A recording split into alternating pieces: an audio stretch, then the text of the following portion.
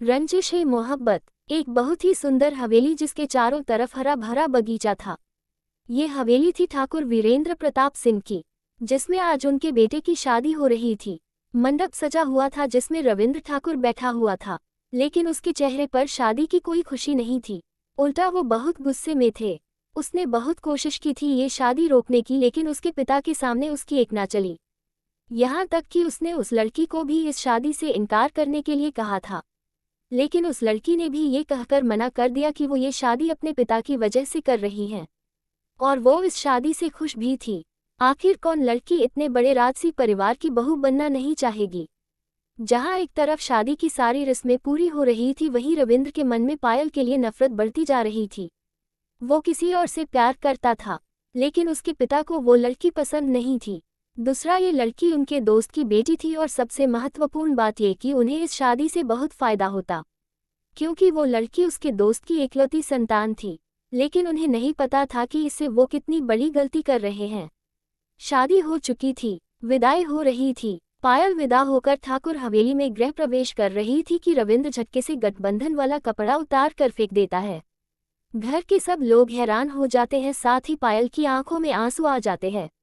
तभी वीरेंद्र ठाकुर गुस्से से चलकर रविंद्र के सामने आकर उसे थप्पड़ मारते हैं और बोले, तुम्हारी हिम्मत कैसे हुई घर की लक्ष्मी के साथ ऐसा बिहेव करने की। वो अब तुम्हारी पत्नी है और तुम इस तरह से उसका अपमान कर रहे हो। तब रविंद्र बोला, ये मेरी पत्नी नहीं है और न ही मैं इसे कभी अपनाऊंगा। ये कहकर रविंद्र घर से बाहर गाड़ी में बैठकर निकल गया। वीरेंद्र की पत्नी सुनंदा जी आगे आकर बोली, देख लिया आपने अपनी जिद का नतीजा, कर दी 3 जिंदगियां बर्बाद। अब क्या करेंगे आप, और अपने सिर को पकड़कर बैठ गई। ठाकुर साहब आगे आए और पायल के सिर पर हाथ रखकर उससे कहा, सब ठीक हो जाएगा, और अपनी पत्नी से कहा बहू को रविंद्र के कमरे ले जाएं, और खुद भी अपने कमरे में चले गए। सुनंदा जी पायल को रविंद्र के कमरे छोड़कर जा चुकी थी। पायल पूरे कमरे को देख रही थी। कमरा फूलों सजा हुआ था। वो चलते हुए बेड पे आकर बैठ गई और नीचे जो कुछ हुआ उसके बारे में सोचने लगी और बोली, मैं इस शादी को सिर्फ एक ही मौका दूंगी। अगर सब कुछ ठीक रहा तो ठीक, नहीं तो भाड़ में जाए ये शादी और ये ऐशो आराम। बात कभी मेरे आत्मसम्मान पर आई तो मैं 1 मिनट भी इस घर में नहीं रहूंगी, फिर तो पापा भी कुछ नहीं कर पाएंगे। वहीं रविंद्र ने गाड़ी एक घर के बाहर रोकी और उसके दरवाजे पर दस्तक दी। थोड़ी देर बाद दरवाज़ा खुला थोड़ा सा और एक सुंदर सी लड़की सामने आई। सामने खड़े शख्स को देखकर वो गुस्से में बोली, अब यहाँ क्या करने आए हो?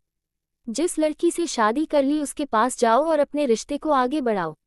आज तो तुम्हारी सुहागरात है ना, चले जाओ। रोते हुए दरवाजे को रविंद्र के मुंह पर बंद कर देती है। रविंद्र को बहुत गुस्सा आता है और वो अपनी कार में बैठकर बार में जाकर शराब पीने लगता है और पायल को सबक सिखाने के बारे में सोचकर अपने घर चला जाता है।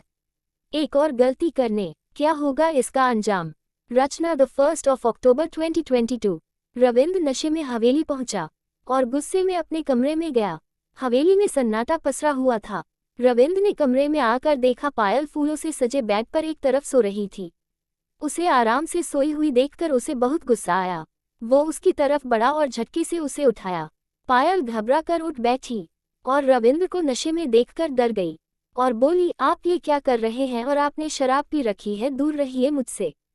रविंद्र बोला, क्या कर रहा हूँ मैं अपनी पत्नी के साथ अपनी सुहागरात मना रहा हूँ। और वो पायल पर झपट पड़ा। पायल उसे खुद से दूर करने की कोशिश कर रही थी, लेकिन वो अब तक लड़ती। रविंद्र नशे पागल हो गया था। वो अब शैतान बन गया था। अगली सुबह जब पायल की आंख खुली तो उसे रात का सारा मंजर याद आया। उसने अपने दूसरी तरफ सो रहे रविंद्र को देखकर उसे घिन आ रही थी।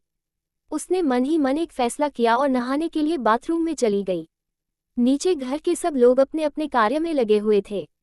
Sunanda ji nei bahu ki pahali rasui razma ki tayari kara rahiti, tabi payala surhiom se nice utara rahiti, Sunanda ji us la kara rasoigara memgai ora us saba samaja kara bahara agai, vahim ravindra biapane sira kopakara kara batha wada us dur sabakucha yadaya, ora kuda se bola ye man kya karadia, mujhe sabakucha thika kara na ho gaya payala se bada karain ke bear mem sosakara vobi nahain kalagaya, nasta tabala para laga kukada. Saba loga daninga tabala para agai, Ravindra ba kukada, Sabane kana surukia, Ravindra b gardana nice kai nasta kara rahada, Tabi Ravindra ke kaka ji ka beta akasa kane ki tarifa karati hu bola vaha babi kya kana banati hoapa, ora bi saba kane ki tarifa menlach hutha, fira I tohafi din ki bari, saba loga payala ko tohafi din mem lage, Ravindra ko yi saba dekakara gusa a rahada, tabi yusa pain pita ki avaja sunaidi. Virendra Betty Tumane Saka Mem Kana Aka Banaya Hai Tuma Asia Mujays Kucha Bi Manga Sakati Ho, Mame Mana Nahim Karunga, Payala Yi Sunakara Ravindra Ki Tarifa Deka Karaboli, Kya Apasaka Kaha Rehi Hai Papaji, to Virendra Kusa Ho Karabol Bilkala, to Payala Kucha Kahati, Usak Pita Gai Us Pagafir Ki Rasma Kalai, Saba Loga Bahuda Kusada, Yi Deka Kara Payala K Ankam Mem Ansu Agai. Jaba usak pita ne us road hu deka to usa pain gale se laga kara kupa karain lage. Unhem laga ki payala pain pita ko deka kara emosanala ho gai. Sabi ko yahi laga. Lekina aba payala ora yora se ron lagi. Aba mistara kauhana ko laga ki bata kucha ora hai. Vo bol, karata wa hai beta. Payala aba thora santa ho gai ti. Ora vo virendra ke samain akara boli. Apain abi kaha da ki mame jo mengu apa demge. Virendra ham. Payala. Mujay apaki bet se talaka kahi, ora mame kahati hum ki apa inaki sati usa laraki se karava dem jazes yi piara karati hayam, mistara kauhana, payala yi tuma kya kaha rahi ho beta, talaka, Virendra bol, isa kucha bi nahim hoga, Ravindra ne tumes yi kahane lai kaha hoga, payala, isa kucha nahim hai papaji, mujay aba samaja meme gaya hai ki mujay kabi nahim apananj. Ora agara mary bada nahim mani gai demema pain apa ko kadma kara lungi, payala ne baga kara tabala se kaku uthalia ora pain havali para rakadia, payala ke isa muva se saba loga gabara gay, ora usak tarifa dad, payala beta yi kya kara rahi ho kaku fenka du tumhi laga jadi, tabi pitch se Ravindra ka dasta aya ora payala ke hatha se kaku china kara fenka dia, saba ki jana mem jana I. Mistara kauhana aj ora unhan payala ko aka kinka kara thapara damara ora usa pain gale lagalia, Virendra aj ora bol, kya wahai beta Ravindra ne tumes kucha kaha hai, batao, payala kucha nahim boli ora bahosa ho kara jira gai, us vahim sof palataya, gaya ora pani dalakara hosa mem laya gaya, hosa mem akara bi payala rot hubi talaka ki bata kahati rahi. Usaki halata ko dekakara mistara kauhana usapain satha lagai, ora yaham Ravindra ko mistara thakura ne garalia, bol, isa kya kia hai tumane jo vo laraki talaka ki rata lagay bathi hai, Ravindra gus memapain dasta ko lakara vaham se nakala gaya, bahara akara usaka dasta bola kya kia tun usak satha, Ravindra bola maradimaga pahale hai karaba hai oramata kara kala kisi santa jagaha kale. Usadina ke bada payala kabi thakura haveli mem nahimai, eka mahin mem talaka ki sari karyavahi puri we ora fira sabako punama ki garbavati hon ke karana Ravindra ki sati punama se karavani parai, kya sabakucha thika ho gaya defira azaz jan malena valley ti eka ora distam, age janane ke lai satha bain rehi, baga, 3. Payala ora Ravindra ke talaka dudina ho kukli Asia Ravindra ora punama ki sati ho rahiti. Virendra pahale to nahim main, lekina punama ke garbavati hon ke karana vobi managai, du dina bada, subaha ka vakta saba loga nast ke lai dayaninga tabala para bath nasta kara rahida, tabi landa lena fona baha, eka naukara ne fona thakura sahaba kodia, Virendra bol, halo to samain se kucha kaha gaya, ji sunakara Virendra thakura jatake se kari ho gai, para isa kes ho sakata hai, ora fira fona kata gaya. Thakura sahaba bayana se sof paradama se betha gai, gara ke sabi loga unek pasa gai, tabi Ravindra ne bola, papa kya wa. Virendra गुस्से में उठे और रविंद्र को एक के बाद एक थप्पड़ मारने लगे। उनके छोटे भाई ने बीच में आकर उन्हें रोका। भैया क्या हुआ है जो आप इतना गुस्सा हो गए? ऐसा क्या किया है इसने? तभी ठाकुर साहब गुस्से में चीखे, इसी से पूछो क्या किया है इसने? सब रविंद्र की तरफ देखने लगे। वो बोला, मैंने तो ऐसा कुछ भी नहीं किया। ठाकुर साहब बोले, कुछ नहीं किया तुमने? पायल गर्भवती है, अब बताओ सबको कि क्या किया है तुमने? रविंद्र के पैरों तले जमीन खिसक गई, उसकी गर्दन नीचे झुक गई। पूनम ने आंखों में आंसू लिए रविंद्र को देखा, जो उसकी तरफ देख रहा था। वीरेंद्र, इसने उस बच्ची के साथ छी मुझे कहते हुए भी शर्म आ रही है और तुम्हें करते हुए भी शर्म नहीं आई। वो बच्चे को गिराने गए थे लेकिन ऐसा नहीं हो सकता, उसकी जान खतरे में पड़ जाएगी। अब बताओ, इस लड़की से तो तुमने शादी कर ली, उसकी जिंदगी तो बर्बाद हो गई। सुनंदा जी, चलिए पायल के पास चलते हैं। उसकी हालत गंभीर है। वो दोनों के जाने के बाद पूनम वहां से रोते हुए चली गई और रविंद्र उसके पीछे गया। पूनम, मेरी बात सुनो पूनम। पूनम, तुम तो मुझसे प्यार करते हो, फिर किसी और के साथ तुम कहकर रोने लगी। रविंद्र बोला, मैं सिर्फ तुमसे प्यार करता हूँ। पायल के साथ वो सब गुस्से और नफरत के चलते वो सब हो गया। कुछ देर बाद पूनम शांत हो गई और रविंद्र के गले लग गई।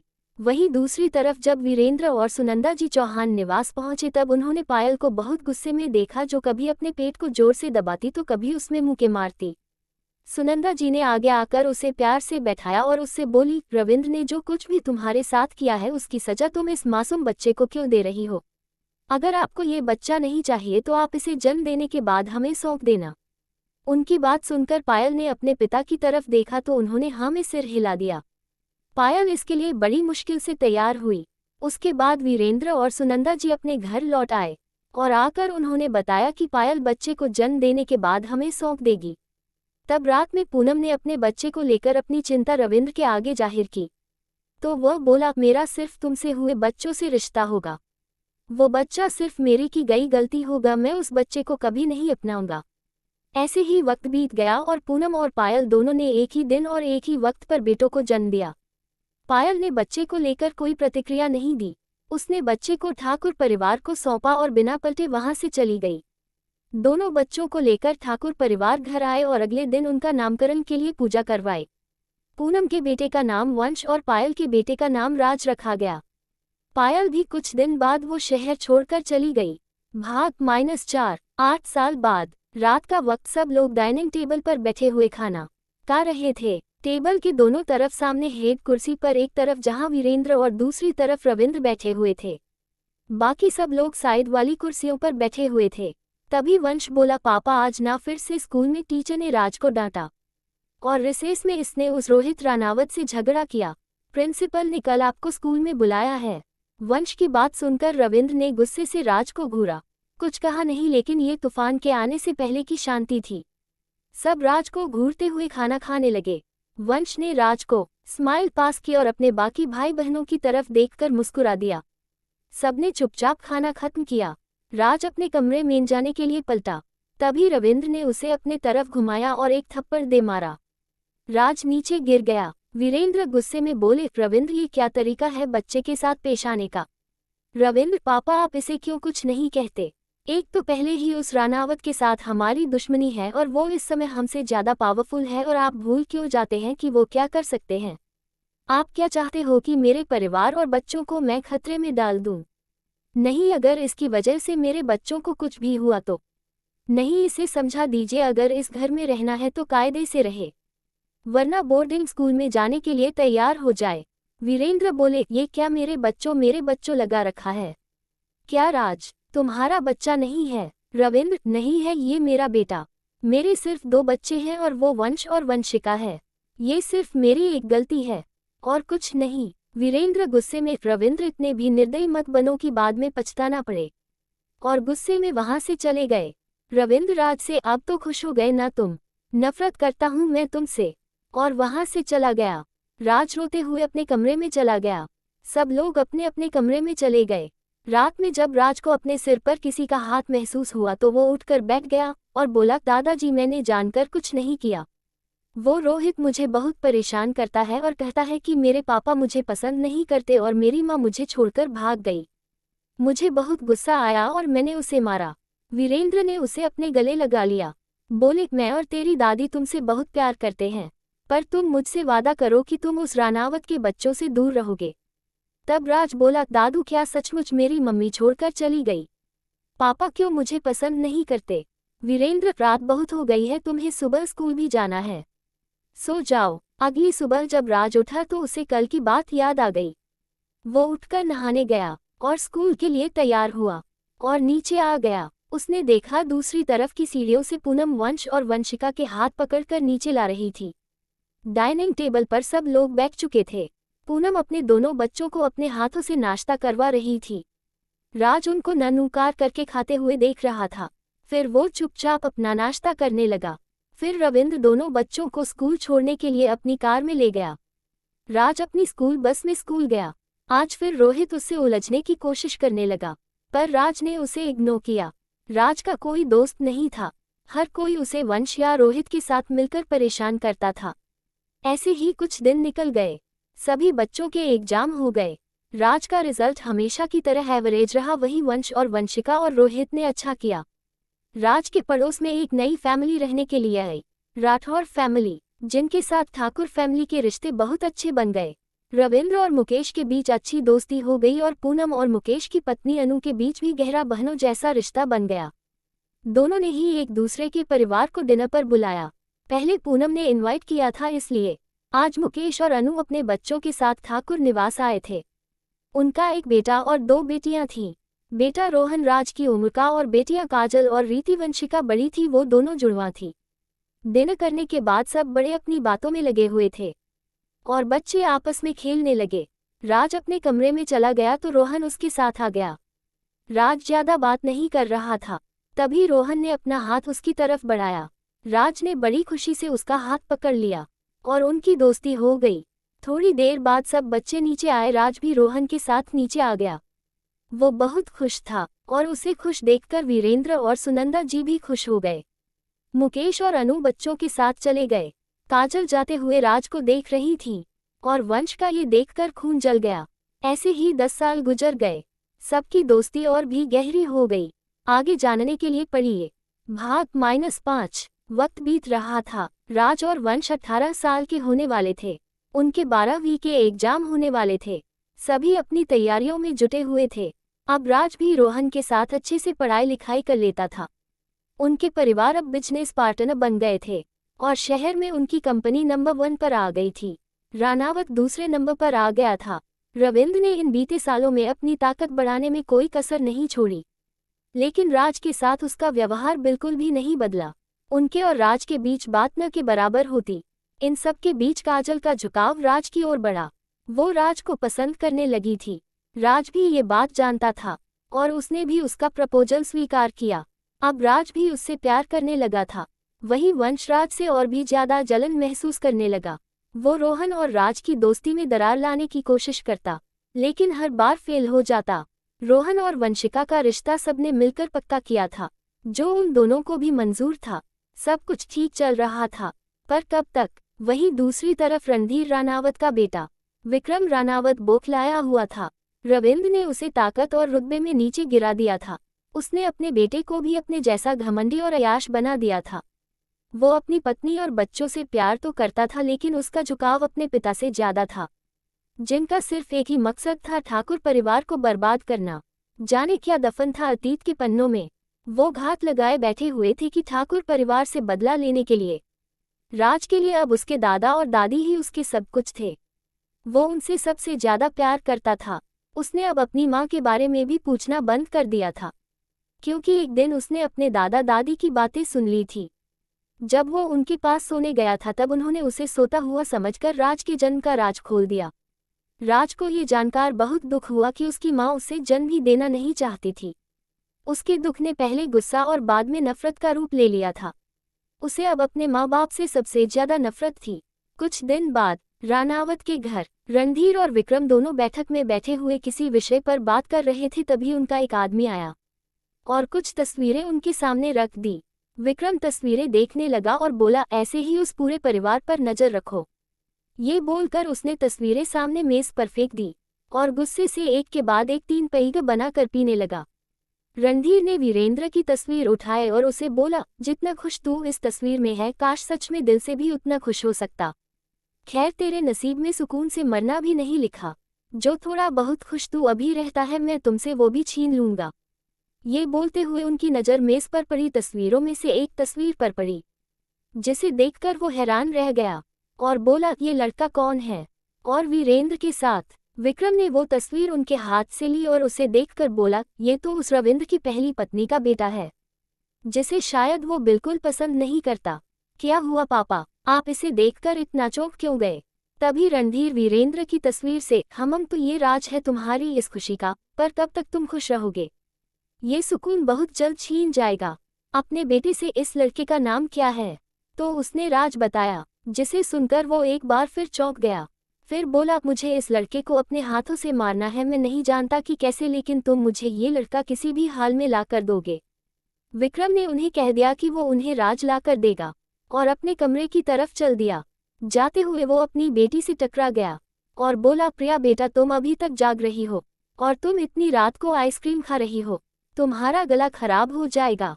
प्रिया, कुछ नहीं होगा पापा, बस आप मम्मा को मत बताना, और अपने कमरे में भाग गई। विक्रम सिर हिलाते हुए अपने कमरे में आ गया। 1 महीना पूरा बच्चों के एग्जाम में निकल गया। सब टेंशन फ्री हो चुके थे और अब रिलैक्स करने के लिए कहीं बाहर घूमने की प्लानिंग कर रहे थे और सबने मिलकर गांव जाने की बात कही तो रविंद्र ने अपने पिता की तरफ देखा तो उन्होंने हाँ में गर्दन हिलाई। सब बच्चे खुश होकर अपनी अपनी पैकिंग के करने के लिए चले गए। उनके जाने के बाद वीरेंद्र ने कहा, हवेली में खबर कर दो कि सारी पुरानी चीजें हटा दी जाएं।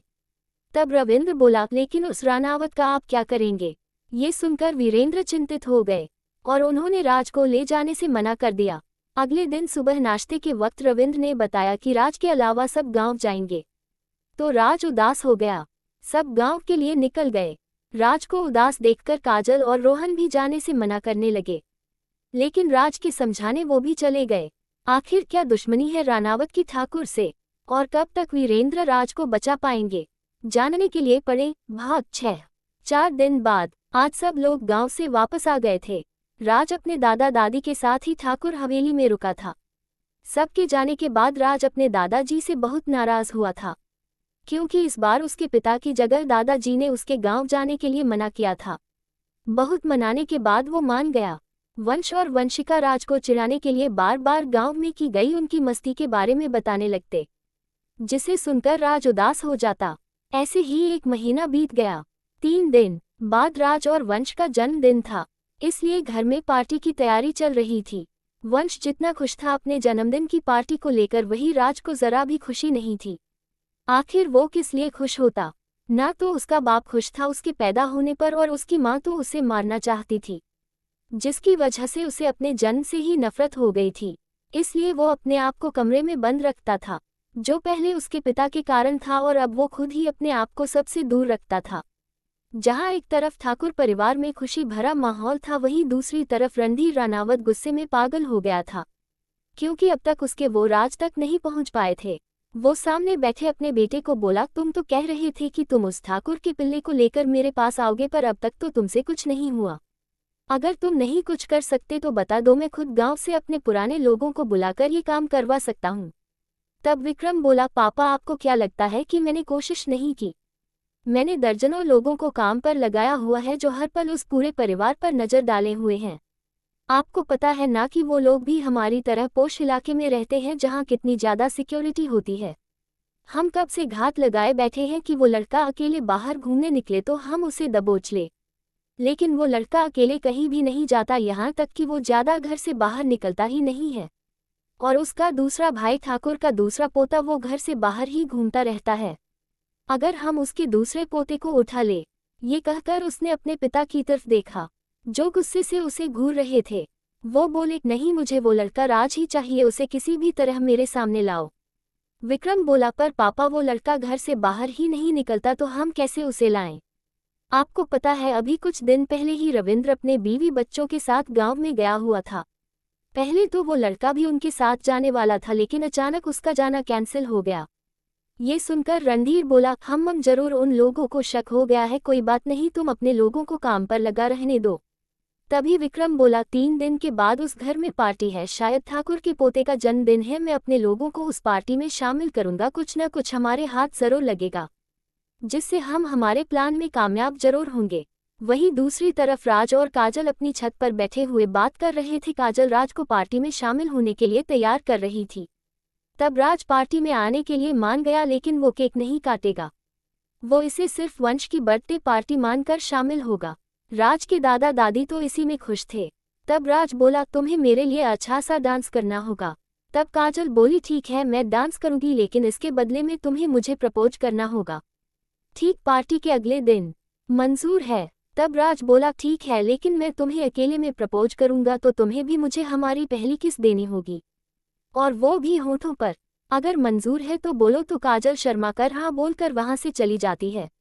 अगले दिन राज सबके साथ एक मॉल में जाता है, जहां सब लोग पार्टी के लिए शॉपिंग कर रहे थे। वहीं राज काजल के लिए एक रिंग खरीद लेता है। उसे प्रपोज करने के लिए। ये रिंग राज ने अपने गुल्लक में जमा पैसे से खरीदी थी। वो इसके लिए किसी से भी पैसे नहीं लेना चाहता था, इस बात से अनजान कि उस पर नजर रखी जा रही है। कुछ देर बाद शॉपिंग मॉल में राज के आसपास लोगों की आवाजाही बढ़ गई थी। सबके साथ आए रविंद्र को भी इस बात का आभास हो गया था, इसलिए वो राज के आसपास ही रहे और सभी को जल्दी से घर लेकर आए। घर आकर सब एक दूसरे को अपनी चीजें दिखाने लगे। राज अपने कमरे में चला गया, काजल भी उसके पीछे पीछे कमरे में गई, तो राज अंगूठी को देख रहा था। काजल ने वो अंगूठी छीन ली और उसे देखने लगी। वो सोने की अंगूठी थी जो काफी स्टाइलिश लुक में थी। तब राज बोला, अच्छी है ना? तब काजल बोली, तुमने तो अंकल से पैसे भी नहीं लिए थे, फिर ये इतनी महंगी अंगूठी तुमने कैसे खरीदी? तभी उसकी नज़र टूटे हुए गुल्लक पर पड़ी जो अब भी वैसा ही पड़ा हुआ था। उसने राज की तरफ देखा तो राज बोला, ये पैसे मैंने अपने दादा दादी के दिए पैसों से बचाकर इकट्ठे किए थे। मिस्टर ठाकुर से तो मैं एक फूटी कौड़ी ना लूं, फिर ये तो मैं अपने लाइफ पार्टनर को देने वाला हूँ। काजल की आंखों में आंसू आ गए और वो कुछ देर बाद नीचे सबके साथ बैठ गई। राज कल के दिन का इंतजार कर रहा था, इस बात से अनजान कि उसके लिए बाहर वालों के साथ साथ उसके घर वालों ने भी उसके लिए जाल बिछाया हुआ है, जो उसके पूरे वजूद को ही बदल कर रख देगा। आगे जानने के लिए साथ बने रहे। भाग 7। आज ठाकुर हवेली को बहुत ही सुंदर ढंग से सजाया गया था। हवेली में मेहमानों का आना शुरू हो गया था। रात के 8 बजे थे जब वंश सीढ़ियों से नीचे आ रहा था। वो आज बहुत खुश लग रहा था। वैसे तो उसका जन्मदिन है, पर आज वो हद से ज्यादा खुश था। पहले कभी वो अपने बर्थडे पर इतना खुश नहीं हुआ जितना आज था। वहीं राज अपने कमरे में शीशे के सामने खड़े होकर काजल को प्रपोज करने की प्रक्रिया को बार बार दोहरा रहा था। आज पहली बार उसे अपने जन्मदिन की ज्यादा न सही थोड़ी सी खुशी थी, क्योंकि आज उसे अपना प्यार और लाइफ पार्टनर मिलने वाला था। एक तरफ ठाकुर साहब आज राज की पार्टी में शामिल होने पर बहुत खुश थे। उन्हें हमेशा राज की चिंता लगी रहती थी, क्योंकि राज हमेशा से ही अपने आप को अपने कमरे में बंद रखता था। वो उनके अपनी दादी और काजल और रोहन के अलावा किसी से ज्यादा बात तक नहीं करता था, और आज वो पार्टी में आने के लिए तैयार हो गया था। वो जानते थे कि ये सब काजल के कहने पर ही राज कर रहा है, और उन्हें ये भी अंदाजा हो गया था कि राज ये क्यों कर रहा है। वो राज के लिए खुश भी थे कि उसकी जिंदगी अपने माँ बाप की तरह नहीं होगी। रविंद्र भी आज बहुत खुश था, क्योंकि आज उनके प्यारे बेटे का जन्मदिन था। उनके आंखों के सामने अब तक अपनी पूरी जिंदगी घूम रही थी।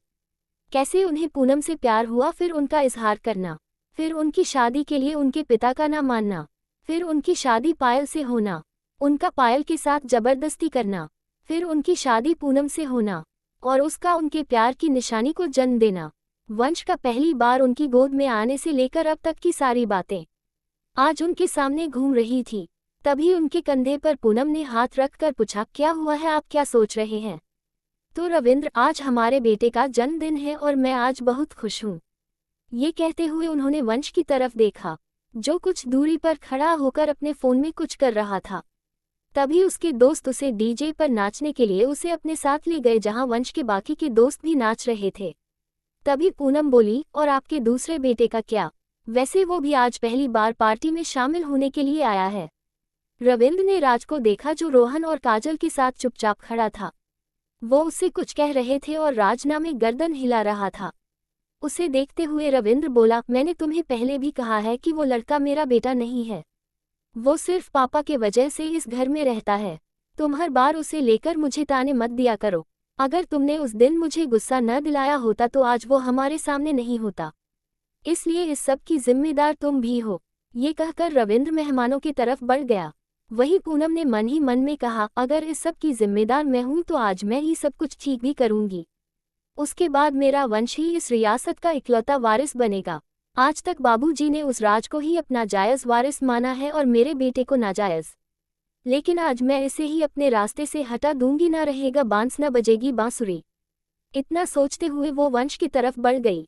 वहीं दूसरी तरफ रणधीर रानावत अपने कान पर फोन लगाए किसी से बात कर रहे थे। फोन पर वो नजर रखने का बोल फोन रख दिया और अपने बेटे को बोले, अपने आदमियों को बोल ठाकुर की हवेली के बाहर नजर रखने के लिए। आज उस हवेली में कुछ तो होने वाला है। वो राज आज हवेली से बाहर जरूर निकलेगा। विक्रम ने सर हिलाया और अपने फोन को कान से लगाकर बाहर निकल गया। पार्टी में सब लोग एंजॉय कर रहे थे। सिवाय राज के वो तो यहाँ सिर्फ काजल के लिए आया था और उसे ढूंढ रहा था। तभी केक काटने के लिए वंश को बुलाया और वंश के साथ साथ सब लोग केक की तरफ बढ़ गए। राज भी केक कटने का वेट करने लगा ताकि काजल वहां से जल्दी फ्री हो और वो उसे अपने साथ ले जा सके। जल्दी ही केक कट गया और सब वंश को गिफ्ट देने लगे। सब कुछ सही से निपटा और धीरे धीरे मेहमान खाना खाकर जाने लगे थे। राज काजल को ढूंढते हुए ऊपर वंशिका के कमरे में चला गया क्योंकि उसने काजल को आखिरी बार उसी के साथ देखा था। राज जब वंशिका के कमरे में आया तो कमरे में अंधेरा था। राज ने वंशिका और काजल को आवाज दी तो उसे कोई रिस्पांस नहीं मिला तो वो वापस जाने के लिए पलटा, तभी उसे किसी की हल्की सी कराहने की आवाज आई जो किसी लड़की की ही थी। राज ने आवाज लगाई कौन है, तो एक बार फिर से किसी की कराहने की आवाज आई। तब राज किसी को मुसीबत में सोचकर आवाज की तरफ मदद करने की मंशा से बढ़ा और उस लड़की के पास गया। पास जाकर राज ने देखा कि वो लड़की काजल की छोटी बहन रीत थी। राज उसे उठने में मदद करने लगा लेकिन वो अंधेरे में रीत के चेहरे पर आई शैतानी मुस्कान को नहीं देख पाया। भाग 8। रात के तकरीबन 10 बज चुके थे जब राज काजल को ढूंढते हुए ऊपर वंशिका के कमरे में गया जहां पर उसे रीत जमीन पर गिरी हुई मिली। उसने अपना पैर पकड़ा हुआ था। राज उसे उठने में मदद करने लगा लेकिन राज उसे उठाते हुए उसके ऊपर ही गिर गया, या फिर ये कहना सही होगा कि रीत ने उसे अपने ऊपर जानबूझकर गिराया और राज को उसने कसकर पकड़ लिया और तेज आवाज में बचाओ बचाओ कहकर चिल्लाने लगी। राज घबरा कर उसके ऊपर से उठने लगा और बोला, रीत तुम ये इस तरह से क्यों चिल्ला रही हो? मैं बस तुम्हारी हेल्प कर रहा था, प्लीज चुप हो जाओ वरना सब मुझे गलत समझेंगे और छोड़ो मुझे। ये कहकर राज अपने आप को रीत से छुड़ाने लगा लेकिन रीत ने न ही उसे छोड़ा और न ही चिल्लाना बंद किया। रीत को चुप न होते देख राज ने उसकी तरफ देखा तो रीत मुस्कुरा रही थी और उसने फिर से मदद के लिए चिल्लाना शुरू कर दिया। राज सब कुछ समझ चुका था कि ये सब रीत उसे फंसाने के लिए कर रही है और राज अपने आप को छुड़ाने की कोशिश करने लगा लेकिन रीत ने उसे पूरी ताकत से पकड़ लिया। देखने से ऐसा लग रहा था कि राज उसके साथ जबरदस्ती कर रहा है। और तभी राज के कानों में रोहन और वंश की जोर से दहाड़ जैसी आवाज आई तो राज ने दरवाजे पर खड़े रोहन, वंश, वंशिका और काजल को देखा। उन सब को देखकर रीत ने राज को अपने ऊपर से धक्का दिया और दौड़कर काजल के गले लग गई और जोर से रोना शुरू कर दिया।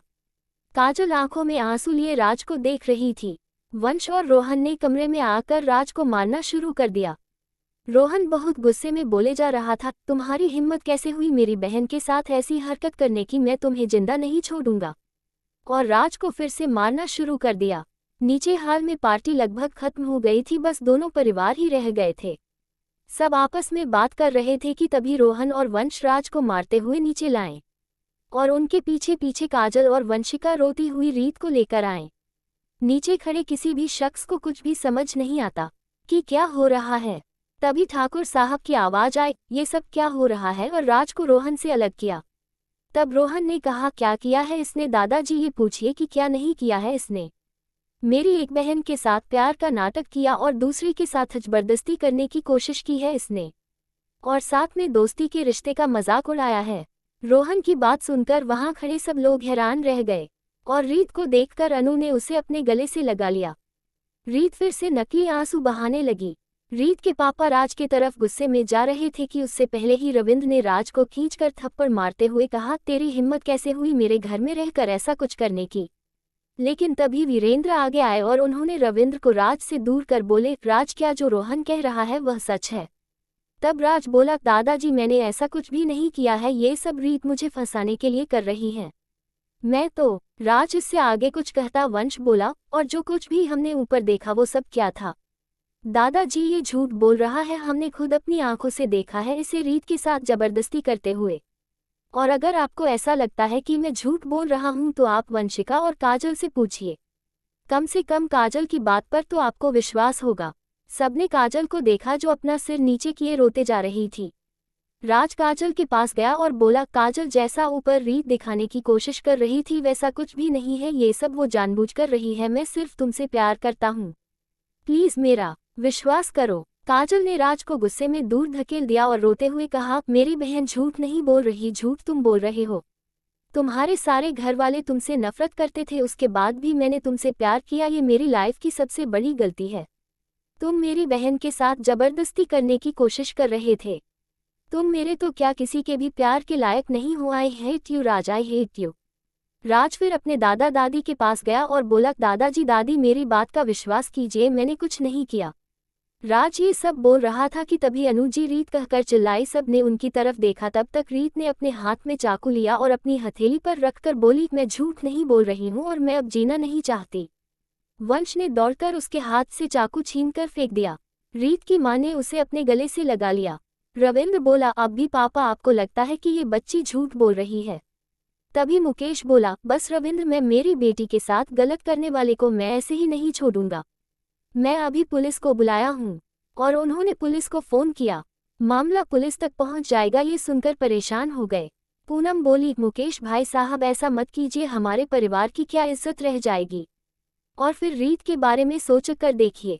तभी रविंद्र बोला, अगर यही सब हमारी बेटी के साथ होता तब भी तुम यही कहती।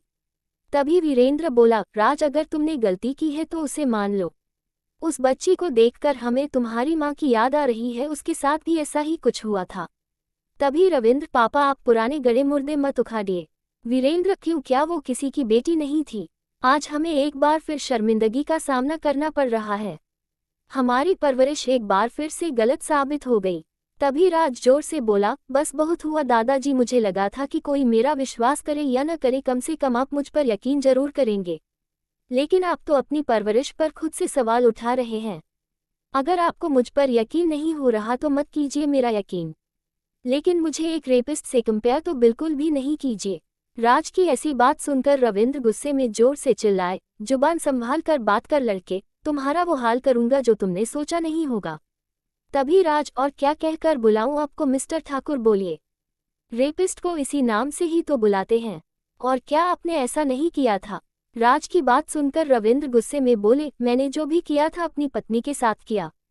और तुम होते कौन हो मुझे उंगली उठाने वाले? आप सच कह रहे हैं मिस्टर ठाकुर, मैं होता कौन हूँ आपसे सवाल करने वाला? तो आप किस हक से मुझ पर ये रोब झाड़ रहे हैं? और मैं तो फिर भी अपने आप को बेगुनाह साबित कर सकता हूँ। लेकिन क्या आप कर सकते हैं? ऐसा कुछ नहीं कर सकते। वीरेंद्र, ये तुम क्या कह रहे हो? राज, जी हाँ दादाजी, मैं खुद को बेगुनाह साबित कर सकता हूँ। और ये कहकर राज ने जमीन पर पड़ा हुआ चाकू उठा लिया और एक झटके में रीत को खींचकर अपने कब्जे में लेकर उसके गले पर चाकू रख दिया। सब लोग डर गए और राज की तरफ बढ़े, लेकिन तभी राज बोला, कोई आगे नहीं आएगा वरना। वीरेंद्र गुस्से में बोले, राज ये सब क्या है? छोड़ो इस लड़की को। राज, नहीं दादाजी, मैं इसे नहीं छोड़ूंगा। जब मुझे जेल जाना ही है तो इसे मारकर ही जेल जाऊंगा। राज के इस मुंह से रीत का चेहरा सफेद पड़ गया। वो बुरी तरह से डर गई। वो बोली, माँ पापा मुझे बचाओ। काजल, और कितना गिराओगे अपने आप को? राज, मेरी बहन को छोड़ो। ऐसे ही सब रीत को छोड़ने की गुहार लगा रहे थे, लेकिन राज चाकू को उसके गले में कसता जा रहा था। अब रीत को दर्द होने लगा था। वो राज से उसे छोड़ने की रिक्वेस्ट करने लगी। तब राज बोला, अगर तुम चाहती हो कि मैं तुम्हें जिंदा छोड़ दूं तो बताओ सबको कि तुमने ये सब ड्रामा क्यों किया, वरना अगर पुलिस यहाँ आई तो मैं तुम्हें मोलेस्ट करने के लिए नहीं, सीधे तुम्हें मारने के लिए जेल जाऊंगा। ये सब सुनकर रीत घबरा गई और बोली, ठीक है, मैं सबको सच बताऊंगी, प्लीज मुझे मत मारो। ये सुनकर सब घरवालों के साथ साथ रीत के परिवार वाले भी हैरान हो गए। वो राज और रीत की सारी बातें सुन रहे थे। रीत की बात सुनकर वहां पर वंश और पूनम डर गए, क्योंकि ये सब किया कराया उन्हीं दोनों का था। वो सोच रहे थे कि ये सब करने से राज को घर से बाहर निकाल दिया जाएगा, लेकिन सब कुछ उल्टा पड़ गया। रीत ने कहा, ये सच है कि राज ने मेरे साथ कुछ नहीं किया है, बल्कि मैंने ही सबको, खासकर काजल को ये सब जानबूझकर दिखाया। उसकी बात सुनकर उसके पिता बोले, रीत ये तुम क्या कह रही हो बेटा? तभी रीत, मैं सच कह रही हूँ पापा, मैंने सब कुछ किया है। तभी राज बोला, और ये सब तुम किसके कहने पर कर रही थी? तब रीत, ये सब मैंने सिर्फ काजल से जलन की वजह से किया। हर कोई बस इसे ही देखता, ये हर चीज में मुझसे आगे रही। माँ पापा भी इसी से ज्यादा प्यार करते हैं। जब यहाँ रहने आए मुझे तुम अच्छे लगे थे, लेकिन तुमने भी इसे ही पसंद किया। मैं थक गई थी ये सब सहन करते करते, लेकिन जब परसों छत पर मैंने तुम दोनों की बात सुनी कि तुम आज रात पार्टी के बाद इसे प्रपोज करने वाले हो, तब मुझे बहुत गुस्सा आया और मैंने सोच लिया कि तुम्हें मैं इससे हमेशा के लिए अलग कर दूंगी। ये कहकर वो रोने लगी। वहीं सब लोग रीत की बात सुनकर सन्न रह गए। काजल तो धम्म से नीचे बैठ गई। वही अपना नाम न आने पर पूनम और वंश ने चैन की सांस ली। आगे जानने के लिए साथ बने रहे। भाग 9। ठाकुर हवेली में रीत का झूठ सामने आ गया था। हालांकि रीत ने आधा सच न बताकर वंश और पूनम को बचा लिया था। वही काजल और रोहन को भी राज के साथ अपने किए गए बर्ताव को लेकर बहुत पछतावा हो रहा था। राज के दादा और दादी को भी राज पर विश्वास न करने पर अफसोस हुआ। रीत की मां ने रीत को खींचकर थप्पड़ जड़ दिया और कहा, तुम्हें जरा भी शर्म नहीं है ये सब करते हुए, वो भी अपनी ही बहन के साथ। क्या कभी हमने तुम दोनों बहनों में जरा सा भी भेदभाव किया? हमने तुम दोनों को बराबर प्यार दिया। तुम जलन में इतनी अंधी हो गई थी कि एक मासूम लड़के की पूरी जिंदगी बर्बाद करने चली थी। आज मुझे तुम्हें अपनी बेटी कहते हुए भी शर्म आ रही है। और फिर वो राज के सामने हाथ जोड़कर बोली, राज बेटा, इस लड़की ने जो किया है वह माफ़ी के लायक नहीं है, फिर भी मैं इसकी तरफ माफ़ी मांगती हूँ। ये कहकर वो राज के सामने दोनों हाथ जोड़ लेती है। उन्हें हाथ जोड़ते देख राज बोला, आंटी आप माफ़ी क्यों मांग रही हो? और रीत ने किया ही क्या है, उल्टा मुझे उसे थैंक्स कहना चाहिए। उसकी इस हरकत से ही सही, पर मुझे आज ये पता चल गया है कि मेरा इस घर में और इस पूरी दुनिया में कोई नहीं है। मैं एक अनाथ हूँ। यहाँ लोग मुझे प्यार करके मुझ पर एहसान करते हैं। राज की बातें सुनकर वहाँ पर खड़े रोहन, काजल और उसके दादा दादी की आंखों में आंसू आ गए। वीरेंद्र राज के पास गए और बोले, हमें माफ़ कर दो बेटा, जो हमने तुम पर विश्वास नहीं किया। एक बार पहले हमारी परवरिश गलत साबित हुई थी, इसलिए हम तुम पर विश्वास नहीं कर पाए। ये घर तुम्हारा है बेटा, और तुम ही हमारी रियासत के वारिस हो। ये सब कुछ तुम्हारा है बेटा। वीरेंद्र की बात सुनकर वहां पर खड़े वंश, पूनम, वंशिका और रविंद्र को बहुत गुस्सा आया। तभी रविंद्र बोला, पापा आप ऐसे ही सब कुछ इस लड़के को नहीं दे सकते।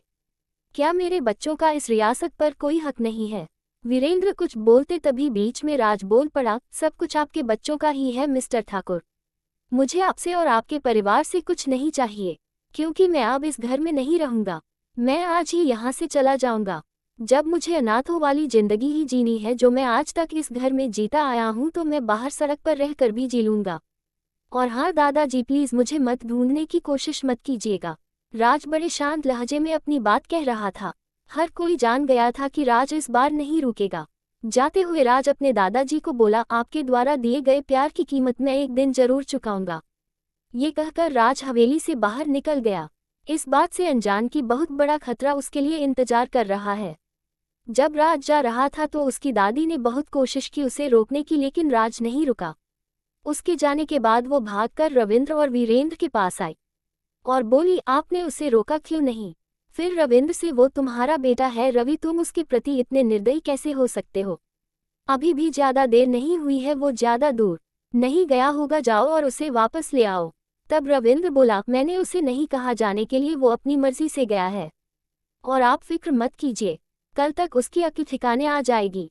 वो अपने किसी दोस्त के घर गया होगा, अपने आप वापस भी आ जाएगा। उसकी इतनी भी फिक्र मत कीजिए। तभी रोहन बोला, अंकल राज का मेरे अलावा कोई भी दोस्त नहीं है, वो किसके घर जाएगा? अभी सब राज के बारे में बात कर रहे थे कि हाल में लगी राज की तस्वीर नीचे गिर गई। सब ने वहां देखा तो राज की टूटी हुई तस्वीर देखकर उसकी दादी बोली, जल्दी से उसे वापस लेकर आए, मेरा दिल घबरा रहा है जैसे कोई अनहोनी होने वाली है। आप सब लोग ये कैसे भूल गए कि उसकी जान को खतरा है? जल्दी जाइए और उसे ढूंढ कर लाइए। उनकी बात सुनकर वीरेंद्र जी भी घबराकर रविंद्र को देखा और बोले, हम ये कैसे भूल गए रविंद्र, जल्दी करो और उसे ढूंढो। रविंद्र बोला, जी पापा, उस दिन शॉपिंग मॉल में भी मैंने उसके आसपास खतरा महसूस किया था। आप फिक्र मत कीजिए, मैं अपने गार्ड को उसे ढूंढने के लिए भेजता हूँ। वहीं उन तीनों की बात सुनकर वहां पर खड़े सभी लोग हैरान रह गए। उन्हें कुछ भी समझ में नहीं आ रहा था। वहीं दूसरी ओर राज हवेली से बाहर निकल आया था और लगभग 2 किलोमीटर दूर ही पहुंच पाया था कि एक कार उसके पास आई और उसमें से कुछ लोग उतरे और उन्होंने राज को जबरन गाड़ी में डाल कर ले गए। कुछ देर बाद वो गाड़ी एक पहाड़ी पर रुकी। राज को उसमें से बाहर निकाल दिया गया। राज ने अपने सामने देखा तो एक बूढ़ा आदमी खड़ा था।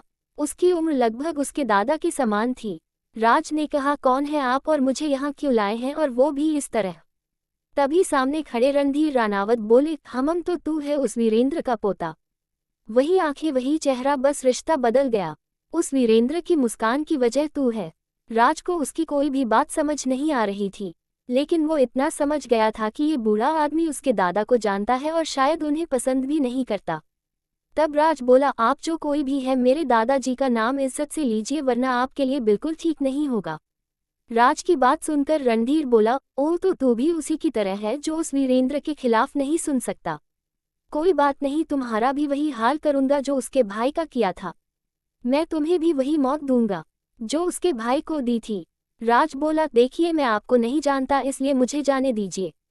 तभी रणधीर के पीछे से विक्रम रानावत निकल कर आया और बोला, तुम इन्हें नहीं जानते लेकिन मुझे तो जानते ही होंगे। क्यों? विक्रम को देखकर राज चौंक गया और बोला, आप तो रोहित के पापा हैं। देखिए मैंने कभी भी उससे झगड़ा नहीं किया, हर बार वही मुझसे झगड़ता था। अगर आप हमारे झगड़े की वजह से मुझे यहाँ लाए हैं तो मुझे जाने दीजिए। राज की बात सुनकर विक्रम और रणधीर हंसने लगे और रणधीर बोला, क्यों डर लग रहा है? लगना भी चाहिए, जब सामने मौत खड़ी हो तो अच्छों की हवा निकल जाती है, तुम तो फिर भी एक बच्चे हो। तभी विक्रम बोला, आज तुझे मारकर मेरे पापा को सुकून मिलेगा और तेरे बाप को सबक। बहुत शौक है उसे दूसरों की पोजीशन छीनने का और उस वीरेंद्र ठाकुर को अपार दुख। तब राज बोला, देखिए अगर आपको रविंद्र ठाकुर से बदला लेना है तो उनके बेटे से लीजिए। वो तो मुझे देखना भी पसंद नहीं करते, तो मेरे मरने से उन्हें जरा सा भी फर्क नहीं पड़ेगा। राज की बात सुनकर विक्रम बोला, और तुमसे ये किसने कहा तुम उसके बेटे नहीं हो? चलो मरने से पहले तुम्हें एक राज की बात बताता हूँ जो अब तक कोई भी नहीं जानता। तुम रविंद्र की पहली बीवी की संतान नहीं हो, बल्कि तुम तो रविंद्र और पूनम के बेटे हो, जिससे उन्होंने हमेशा नफरत की। उनकी ये बात सुनकर राज हैरान रह गया और उसकी आंखों में आंसू आ गए। वो बोला, आप झूठ बोल रहे हो, ऐसा नहीं हो सकता। तब विक्रम बोला, ये ही सच है और मेरे पास इस बात का सबूत भी है कि पूनम ठाकुर ने जिस बच्चे को जन्म दिया था वो तुम हो। ये कहकर विक्रम ने अपने आदमी को इशारा कर अपने पास बुलाया और अपने फोन में एक वीडियो प्ले कर राज को देने के लिए कहा। उसके आदमी ने वैसा ही किया। राज ने कांपते हाथों से फोन पकड़कर देखा, उसमें पायल और पूनम लेटी हुई थी और दोनों के पास पालने में बच्चे सो रहे थे। तभी एक नर्स अंदर आए और उसने दोनों बच्चों को बदल दिया। तभी उसके हाथ से फोन छीन लिया गया। विक्रम बोला, तो कैसा लगा अपना सच जानकर? कितनी बुरी किस्मत लेकर पैदा हुए हो तुम, जिसे माँ बाप का प्यार तक नसीब नहीं हुआ। वैसे आज जो तुम्हारे साथ तुम्हारे घर में इतना बड़ा कांड हुआ उसकी रचयिता तुम्हारी माँ थी, जिसने ये सारा प्लान सिर्फ तुम्हें घर से बाहर निकालने के लिए तैयार किया था। उसके बाद उसने एक रिकॉर्डिंग राज को सुनाई जिसमें पूनम और वंशरीत को समझा रहे थे कि उसे किस तरह से राज को फंसाना है। फिर वो बोले, तुम अगर आज यहाँ हो तो सिर्फ अपनी माँ की वजह से। तभी रणधीर बोला, अब मरने के लिए तैयार हो जाओ लड़के, आज मेरा बदला पूरा हो जाएगा और वो वीरेंद्र ठाकुर एक बार फिर से तुम्हें खो देगा। इतना कहकर उसने राज को एक के बाद एक 4 गोलियां मारी। राज पीछे खाई की तरफ लड़खड़ा गया और बोला, मैं वापस जरूर आऊंगा, तुम सबको तुम्हारी औकात दिखाने तैयार रहिएगा। ये कहकर राज गहरी खाई में गिर गया। क्या होगा आगे जानने के लिए साथ बने रहे। भाग 10। 6 साल बाद रानावत हाउस। आज रणधीर रानावत का पोता रोहित और पोती प्रिया 4 साल बाद घर लौट रहे थे, जो अपनी पढ़ाई पूरी करने के लिए लंदन गए थे और आज वापस आ रहे थे। रणधीर रानावत आज बहुत खुश था। उसे अपने पोते और पोती पर बहुत घमंड था, खासकर अपनी पोती पर। कुछ देर बाद विक्रम अपने बेटे के साथ घर में दाखिल हुआ। रोहित ने अपने दादा के पैर छुए और फिर उनके गले लगा लिया और बोला, कैसा है मेरा शेर और मेरी शेरनी, दिखाई नहीं दे रही? ऐसा कहकर वो दरवाजे पर देखने लगे। तब रोहित बोला, मैं बिल्कुल ठीक हूँ दादू, और आपकी शेरनी अब गुंडी बन चुकी है जो लड़कों को ऐसे धोती है जैसे कपड़े धोते हैं। तभी बाहर से बाइक की आवाज आए और प्रिया घर में आई और अपने दादा के गले लगी। रणधीर ने उसे अपने से अलग किया और बोला, मैं ठीक हूँ, और ये मैं क्या सुन रहा हूँ, तुम लड़कों को पीटती हो? क्या कहा था मैंने, अगर कोई भी तुम्हें परेशान करे तो? प्रिया ने उनका वाक्य पूरा किया, तो उसे सीधा हाथ पैर तोड़कर अस्पताल में पहुंचा दूं। उन दोनों की बातें सुनकर रोहित, उसकी माँ और विक्रम ने अपना सिर ना में हिला दिया। तब रोहित बोला, दादाजी ये आप इसे क्या सिखा रहे हैं? आपको पता है इसके वजह से लड़कियां भी मेरे आसपास नहीं फटकती थी। क्या पता ये मेरी शादी भी होने देगी या नहीं। तब प्रिया बोली, दादू वो सब लड़कियां भाई को नहीं इनके पैसे से प्यार करती थी, और इनके लिए लड़की मैं पसंद करूंगी जो बिल्कुल हमारी मम्मा की तरह होगी, ना कि उन चुड़ैलों की तरह। तब रोहित बोला, और तुम्हारे लिए कोई लड़का शादी के लिए तैयार नहीं होगा, पता नहीं किसके नसीब में गुंडी बीवी लिखी होगी। ये कहकर वो अपने कमरे में भाग गया। प्रिया उसके पीछे जाने वाली थी कि उसकी माँ ने कहा ठीक कह रहा है, वो अपने अंदर थोड़ी लड़कियों वाली हरकतें लाओ वरना कोई तुमसे शादी के लिए तैयार नहीं होगा। और जाओ हाथ मुंह धोकर नीचे आओ और उसे भी लेकर आना, और खबरदार अगर उससे लड़ाई की तो। ये कहकर वो रसोई की तरफ बढ़ गई। तब प्रिया अपने दादा और पापा से बोली, पापा ये माँ ने शादी का ताना क्यों शुरू कर दिया? कहीं फिर से कमला आंटी ने अपने बेटे का रिश्ता तो नहीं भेजा? उसके दादा और पापा ने हाँ में सिर हिलाया और विक्रम बोला, उसने फिर से तेरे लिए अपने बेटे का और रोहित के लिए अपनी भतीजी का रिश्ता भेजा है और उसकी भतीजी तेरी हर कसौटी पर फीट बैठती है, लेकिन उसकी यही शर्त है कि तुझे उसके बेटे से शादी करनी होगी। प्रिया ने अपने दादा को एक शैतानी लुक दिया। वो कुछ समझ गए। हाँ में सिर हिलाया। प्रिया खुश होकर अपने कमरे में भाग गई। कुछ देर बाद सब लोग डिनर कर रहे थे। जहाँ एक तरफ रानावत हाउस में सब खुश थे, वहीं दूसरी तरफ ठाकुर हवेली में राज की दादी की तबीयत ठीक नहीं थी। वीरेंद्र और रविंद्र ने राज को ढूंढने की बहुत कोशिश की, लेकिन राज का कहीं पता नहीं चल पाया। रविंद्र को लगता था कि राज अपने आप वापस आ जाएगा, लेकिन राज कभी नहीं लौटा। राज के जाने से पूनम सबसे ज्यादा खुश थी, क्योंकि अब राज की बजाय उसका बेटा वंश ठाकुर परिवार का वारिस बनेगा। इसीलिए आज वीरेंद्र ने सबको इकट्ठा होने के लिए कहा था। सब लोग हाल में इकट्ठे हो गए थे। तब वीरेंद्र ठाकुर ने सामने खड़े वकील के हाथ से कुछ पेपर लिए और रविंद्र को दे दिए और पढ़कर सबको सुनाने के लिए कहा। रविंद्र ने पेपर्स पढ़ते हुए कहा, मैं ठाकुर वीरेंद्र प्रताप सिंह अपनी पूरी संपत्ति के 3 हिस्से करता हूँ, जिसका 40% हिस्सा वंश का और 40% हिस्सा राज का और 20% हिस्सा वंशिका के नाम करता हूँ। अगर राज अगले 5 साल तक वापस नहीं आता है तो उसका 40% हिस्सा चैरिटी के लिए दे दिया जाएगा। वीरेंद्र की बात सुनकर पूनम अपने आप को रोक नहीं पाए और बोली, पापा जी ये आप क्या कर रहे हैं?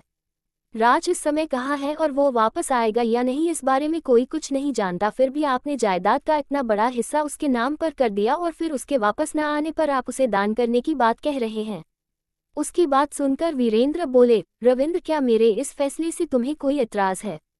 रविंद्र ने ना में सिर हिलाया तो पूनम भी शांत हो गई, लेकिन उसे इस बात की खुशी थी कि उसके पास जायदाद का आधे से ज्यादा हिस्सा मिला और वो श्योर थी कि राज कभी नहीं लौटेगा। एक जंगल में 4 आदमी इधर उधर भाग रहे थे। हर किसी के चेहरे की हवाएं उड़ी हुई थी, जैसे उनके पीछे कोई राक्षस पड़ा हुआ हो। वो सब अपनी जान बचाने के लिए छिपने की जगह ढूंढ रहे थे, लेकिन तभी उन्होंने अपने पीछे एक साया महसूस किया। उन्होंने पीछे मुड़कर देखा तो उनकी रूह कांप गई।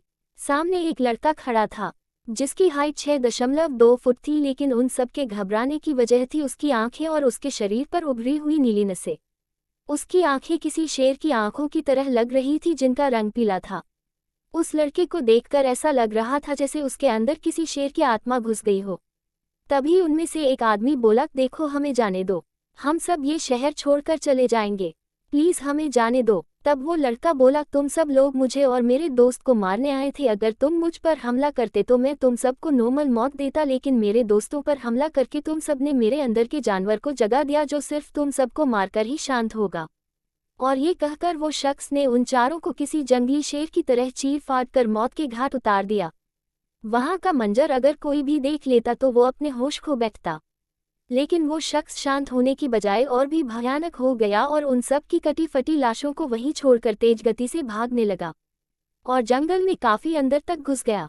एक पानी गिरते झरने के पास पहुंचकर वो लड़का उसमें कूद गया और तब तक बाहर नहीं आया जब तक वो नॉर्मल नहीं हो गया।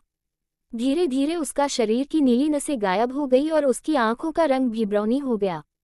वो उस झरने से बाहर निकल आया और ऊपर आसमान में देखकर शेर की तरह एक भयानक दहाड़ मारी और बोला, मैं वापस आ रहा हूँ, तुम सबको तुम्हारी औकात दिखाने राज ठाकुर आ रहा है। जी हाँ, ये लड़का कोई और नहीं राज ही था। उसके बाद राज ने अपने दोनों बांहें फैलाए, एक बार फिर दहाड़ मारी और फिर वो उस जंगल से बाहर निकल गया।